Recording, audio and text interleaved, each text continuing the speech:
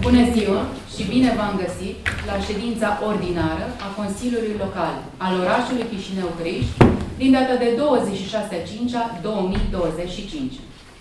Supun la vot aprobarea procesului verbal al ședinței ordinare a Consiliului Local al orașului Chișinău-Criș din data de 28/4/2025. Cine este pentru? Pentru. Împotrivă? Abțineri? S-a votat în unanimitate. Mulțumesc. Supun la vot aprobarea conținutului procesului verbal al ședinței extraordinare a Consiliului Local al orașului Chișinău-Criș din data de 6/5/2025. Cine este pentru? Pentru. Împotriva? Abțineri? Mulțumesc. S-a votat în unanimitate. Supun la vot aprobarea ordinii de zi a ședinței ordinare a Consiliului Local al orașului Chișinău-Criș din data de 26/5/2025. Cine este pentru? Pentru. Împotriva? Abțineri? Mulțumesc, s-a votat în unanimitate. Mergem mai departe. Proiect de hotărâre privind aprobarea contului de execuție al bugetului de venituri și cheltuieli pe secțiuni de funcționare și respectiv de dezvoltare centralizată al unității administrativ-teritoriale orașul Chișinău-Criș la 31/12/2024. Inițiator proiect, primar Gureș Ovidiu Ioan. Domnul Mătrânuț, dacă aveți ceva de adăugat, vă rog, acum este momentul. Da, sigur, așa cum am prezentat și în ședința pe comisii, referitor la aprobarea contului de execuție al bugetului de venituri și cheltuieli la 31 decembrie 2024, care s-a depus și la finanțe. Pentru partea de venituri au fost prevederi inițiale la autorități publice în sumă de 103.320.000 lei, cele definitive fiind în sumă de 109.081.081 lei, având încasări realizate de 47.891.904 lei. Referitor la sursa ei autofinanțată și sursa de sport, prevederile inițiale au fost privind veniturile au fost de 2.565.000, iar cele definitive 2.583.000, încasările realizate fiind 1.717.911 lei. Pentru partea de cheltuieli, creditele bugetare inițiale la autorități publice au fost de 106.816.000, iar cele definitive 112.577.100 de lei, plățile efectuate fiind de 40.322.814 lei.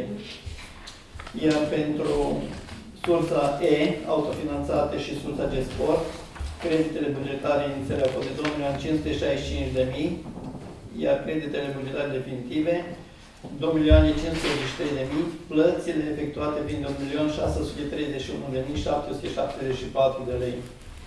Deci acestea au fost în mare veniturile și cheltuielile pentru anul 2024. Dacă... În regulă, mulțumesc pentru informații. Colegii, dacă sunt opinii pe marginea acestui subiect. Da, eu aș avea un punct de vedere și vreau să-l întreb pe domnul Bătrânuț, nu știu, probabil eu stau cam rău cu cifrele.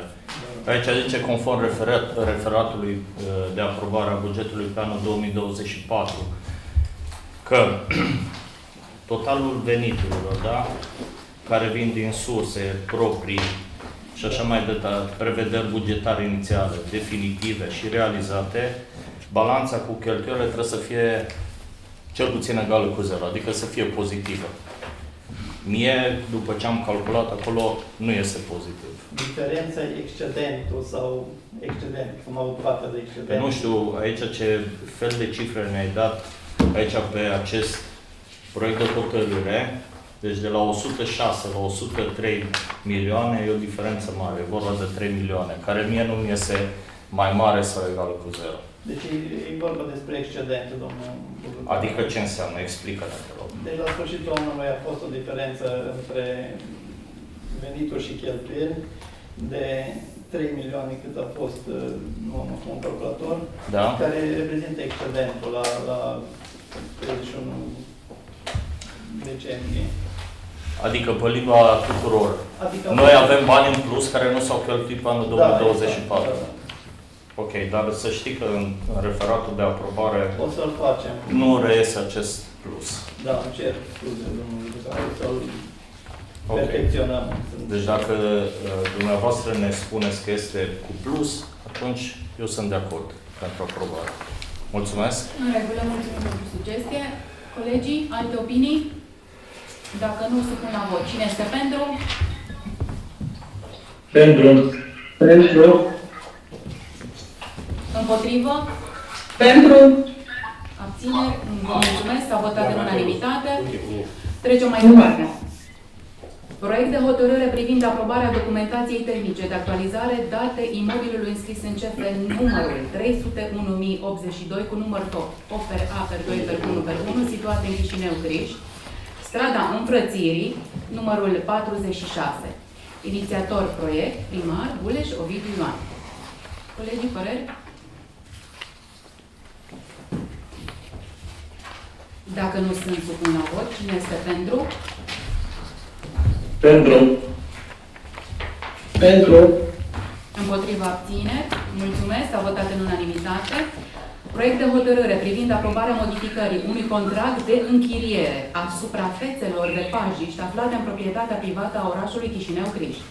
Inițiator proiect, primar Guleș Ovidiu Ioan. Păreri? Dacă nu sunt, supun la vot. Cine este pentru? Colegii din oraș? Pentru. În regulă. Împotrivă. Pentru. Ok. Abțineri. Vă mulțumesc tare mult. S-a votat în unanimitate. Proiect de hotărâre privind acordarea unui mandat special reprezentantului orașului Chișinău, Criș în adunarea generală a asociațiilor de dezvoltare intercomunitară de transport public Arad, să voteze aprobarea modificării statutului Asociației de Dezvoltare Intercomunitară de Transport Public Arad. Inițiator proiect, primar Guleș Ovidiu Ioan. Opinii pe marginea acestui subiect? Dacă nu sunt, supun la vot. Cine este pentru? Pentru. Pentru. Împotrivă? Abțineri? În regulă, mulțumesc tare mult. S-a votat în unanimitate. Mergem mai departe. Proiect de hotărâre privind aprobarea proiectului eficientizare energetică pentru clădiri de apartamente din orașul Chișinău, Criș, strada Înfrățirii, numărul 85, bloc E4, strada Înfrățirii, 81-83, bloc E2, județul Arad, a cheltuielilor legate de proiect, a documentației tehnico-economice, a indicatorilor tehnico-economici și a devizului general. Inițiator proiect, primar Guleș Ovidiu Ioan. Dacă dorește cineva să intervină. Dacă nu, supun la vot. Cine este pentru? Pentru. Pentru. Împotriva abțineri, mulțumesc, s-a votat în unanimitate. Proiect de hotărâre privind aprobarea proiectului eficientizare energetică pentru clădiri de apartamente din orașul Chișinău, Criș, strada Înfrățirii, numărul 89, bloc C11, strada Înfrățirii, 81-83, bloc E1, strada Înfrățirii, numărul 85, bloc E5, județul Arad, a cheltuielilor legate de proiect, a documentației tehnico-economice, a indicatorilor tehnico-economici și a devizului general. Inițiator proiect, primar Guleș Ovidiu Ioan. Intervenții? Dacă nu spun la vot, cine este pentru? Pentru. Pentru. Așa, mulțumesc. Împotriva abțineri s-a votat în unanimitate. Proiect de hotărâre privind aprobarea proiectului eficientizare energetică pentru clădiri de apartamente din orașul Chișinău, Criș, strada Primăverii, numărul 1, bloc D5-1, strada Primăverii, numărul 1, bloc D5-2, strada Teilor, numărul 5A, bloc C7-1, județul Arad, a cheltuielilor legate de proiect, a documentației tehnico-economice, a indicatorilor tehnico-economici și a devizului general. Inițiator proiect, primar Guleș Ovidiu Ioan. Intervenții? Dacă nu, spun la vot. Cine este pentru? Pentru. Pentru. Pentru. Pentru. Împotriva abțineri, mulțumesc, s-a votat în unanimitate. Proiect de hotărâre privind aprobarea proiectului eficientizare energetică pentru clădiri de apartamente din orașul Chișinău, Criș, strada Teilor, numărul 5A, bloc E6, strada Înfrățirii, numărul 71, bloc D4-1, strada Înfrățirii, numărul 71, bloc D4-2, județul Arad, a cheltuielilor legate de proiect, a documentației tehnico-economice, a indicatorilor tehnico-economici și a devizului general. Inițiator proiect, primar Guleș Ovidiu Ioan. Păreri? Nu. supun la vot. Cine este pentru? Pentru. Mulțumesc. Împotriva abțineri s-a votat în unanimitate. Mergem mai departe. Proiect de hotărâre privind aprobarea proiectului eficientizare energetică pentru clădiri de apartamente din orașul Chișinău, Strada Taylor, numărul 5A, bloc C4, Strada Taylor, numărul 5A, bloc C52, județul Arad, a cheltuielilor legate de proiect, a documentației tehnico-economice, a indicatorilor tehnico-economici și a devizului general. Inițiator proiect, primal Guleș Ovidiu Ioan. Intervenții? Dacă nu spun la vot, cine este pentru? Pentru. Împotriva abțineri, perfect, mulțumesc, s-a votat în unanimitate.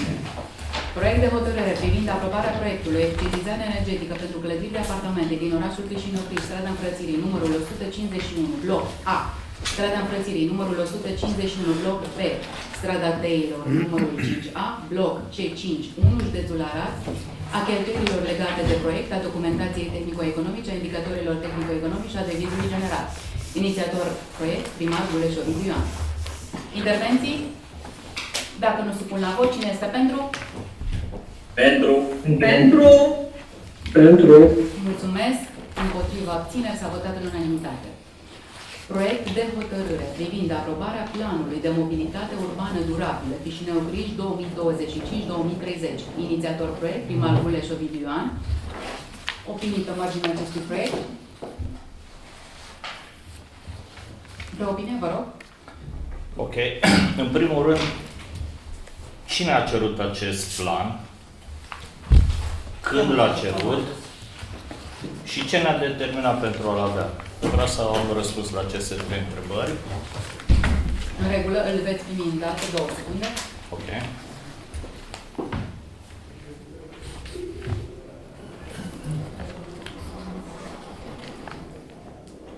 Până atunci facem o pauză de apă.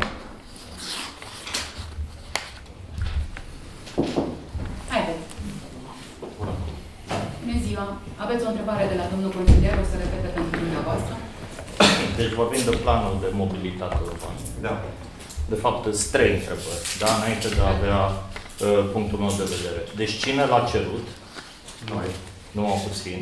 Ce ne-a determinat pentru a-l avea și cât a costat acest studiu? De costat, nu știu să vă zic cât a costat. Colegele mele de la contabilitate, cred că vă poate da un răspuns mai, cum să zic, pertinent. Planul de mobilitate urbană e un document științific care L-am citit. care este necesar în vederea realizării viitorului PUB. Deci nu putem să facem legal legea 350, că nu putem să facem legal noul PUB fără acest plan de mobilitate urbană care ne pune pe o anumită traiectorie de, cum să zic, dezvoltare a circulației și a întregii filozofii de circulație în orașul Chișinău-Criș, ca să nu repet cuvântul mobilitate. Și cât a costat, la ce e bun și a treia întrebare mai puteți repeta, vă rog. Ce ne-a determinat? Ce ne-a determinat? Să-l cerem. Nevoia să-l facem. Ok. Deci dacă asta e răspunsul dumneavoastră, eu am niște puncte de vedere referitor la acest plan de mobilitate. În primul rând, ce ne spune acest document? Da? Acest document trebuia să fie, dacă noi credeam că nu este atât de necesar, undeva la începutul anului 2020. Da? Pentru că el vorbește de acel PNRR pentru anul 2021-2027. Azi suntem în 2025, luna mai. Da? Deci mai sunt 2 ani. Dacă mai sunt 2 ani. Asta este unul. În al doilea rând, ce ne spune acest document? Folosește niște cuvinte tari. Imperios necesar pentru a se ține seama. Este necesar, da, pentru finanțarea proiectelor de tip urban dintre anii 2021-2027. Da? Noi suntem un oraș în care, da, conform statisticilor în acest document, avem 7972 de locuitori. Da?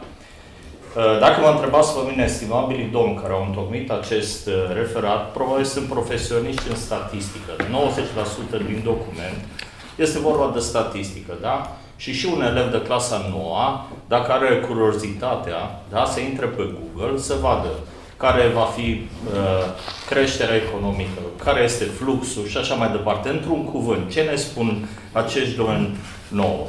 Că noi trebuie să ținem cont de ce spun ei. Eu cred că cetățenii orașului Chișinău, Criș-Nădab, noi care suntem în jurul acestei mese, cred că știm care sunt prioritățile orașului. De ce? Pentru numai puțin, lasă-mă să termin și apoi eu să ai punctul tău de vedere.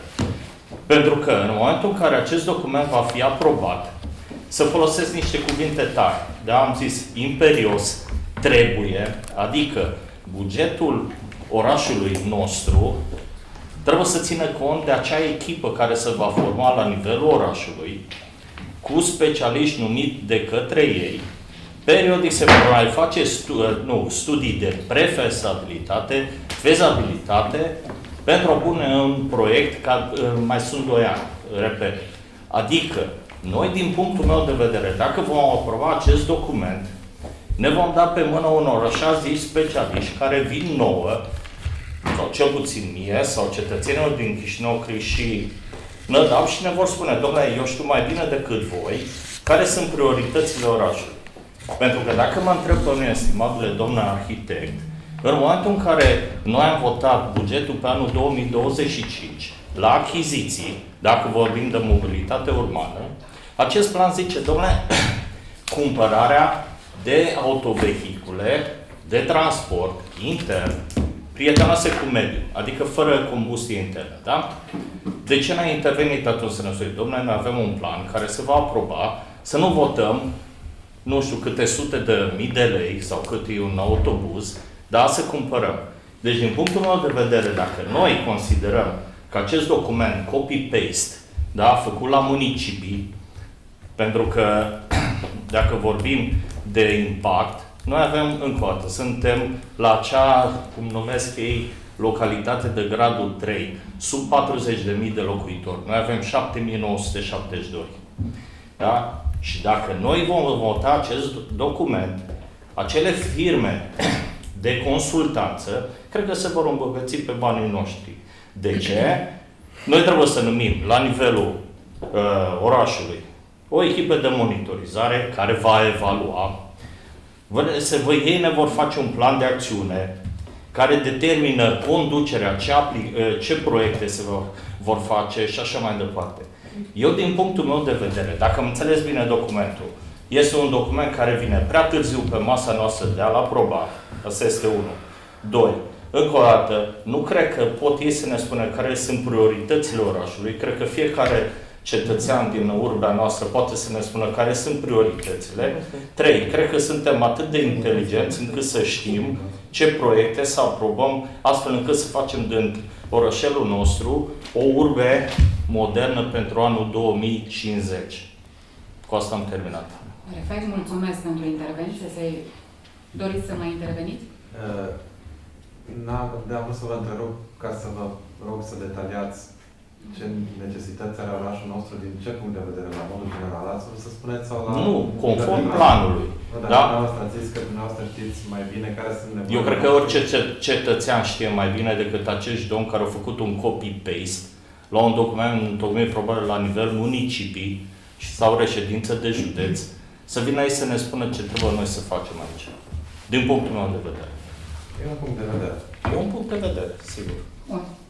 Alte intervenții? Da, eu aș vrea să Vă rog. Din păcate, nu o să putem depune la finanțare nici cele 6 proiecte de eficientizare energetică pe care le-ați aprobat înainte fără acest plan. De ce? Pentru că se cere în lista de documente care trebuie să le punem la dispoziția de revest pentru aprobarea acestor proiecte. În document nu scrie de eficientizarea termică a blocurilor. Eu n-am reușit. Toate proiectele care se vor depune. Și în cazul în care Greșit. vor mai fi proiecte, există o listă în cadrul documentului cu proiectele pentru care este necesar plan. Nu scrie de eficientizare. Dacă dumneavoastră mi-arătați că în acel document scrie de eficientizarea termică a blocurilor, eu sunt de acord să aprobăm documentul, din punctul meu de vedere. Acolo nu scrie așa ceva. Vă mulțumesc tare mult pentru vorbim de mobilitate urbană. 2 secunde, domnul consilier. Doriți să vă mai exprimați punctul de vedere? Nu. Păi, trebuia să am un drept de replică, nu? Cred că asta este un dialog și o dezbatere, cred. comisiile sunt dezbaterile acum. Domnul Birol, dumneavoastră ați fost la comisie. Nu, dumneavoastră ați fost? Da. Dacă ați fost, de ce n-ați spus? Pentru că documentul nu ne-a fost pus la dispoziție în timpul fizic necesar. Am înțeles. Ok. A fost la Marius. A fost un singur document printat la domnul primar, iar nouă ni s-a trimis în format electronic. Da, am făcut copii. În regulă. Alte intervenții pe marginea acestui subiect? Dacă nu, supun la vot. Cine este pentru? Colegii Ionaiu? Pentru. Mulțumesc. Împotrivă? Abțineri? Avem un vot împotrivă. Mergem mai departe. Proiect de hotărâre privind aprobarea documentației de alipire a 4 imobile situate pe strada Dragoș Vodă, localitatea Chișinău Criș. Inițiator proiect, primar Guleș Ovidiu Ioan. Dacă doriți să interveniți pe marginea acestui subiect, vă rog, acum este momentul. Dacă nu, îl supun la vot. Cine este pentru? Pentru. Împotrivă? Abțineri? Mulțumesc, s-a votat în unanimitate. Proiect de hotărâre privind aprobarea documentației de dezlipire a imobilului înscris în CF numărul 309.898, Chișinău Criș, Piața Veana Iancu. Inițiator proiect primar Guleș Ovidiu Ioan.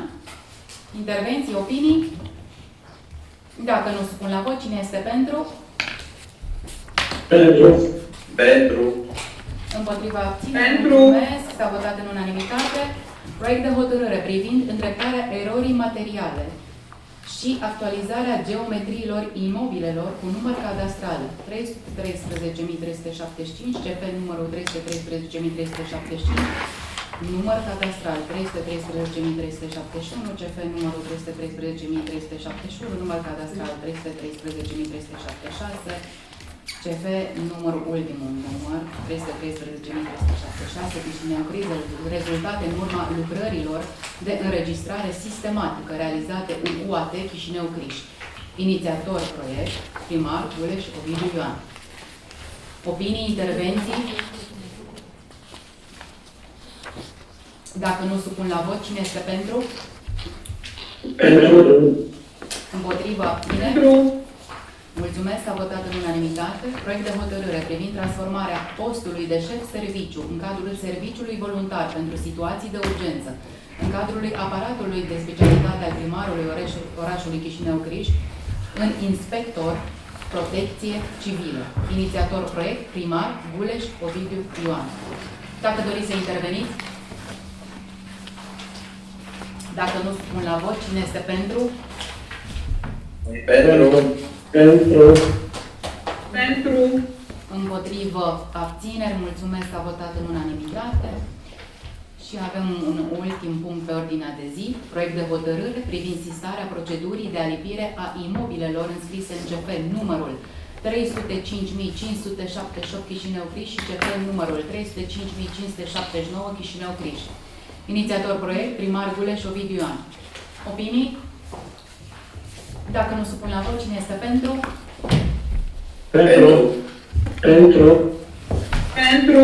Împotriva abțineri, mulțumesc, s-a votat în unanimitate.